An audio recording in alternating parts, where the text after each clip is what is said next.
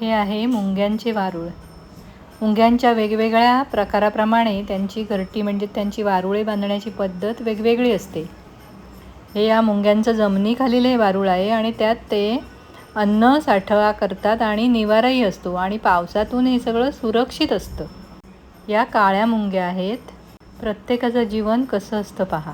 या मुंग्या चालताना चुकत नाहीत, आपल्याच घरट्याकडे येतात, आपल्याच वारुळाकडे येतात. कारण त्या चालताना त्यांच्या शरीरातून फेरोमेन नावाचा द्रव सोडतात, त्याला सुवास येतो आणि प्रत्येक मुंगी हा सोडत असतो. त्याच्यामुळे त्या जेव्हा वारुळापर्यंत चालत येतात तेव्हा त्या रस्त्याला एक प्रकारचा वास येतो आणि त्याच्यावरूनच चाललं जातं. इथे माती उखडलेली दिसत आहे, त्यांचा रस्ता मार्गक्रमित झाला आहे.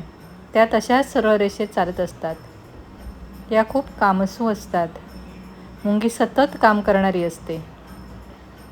मुंगी आपल्या शरीरापेक्षा 20 पट वजन उचलू शकते. त्यांची छोटी छोटी ओहोल आहेत, वारुळं बांधली आहेत आणि ह्यात ते अन्नसाठा करत असतात.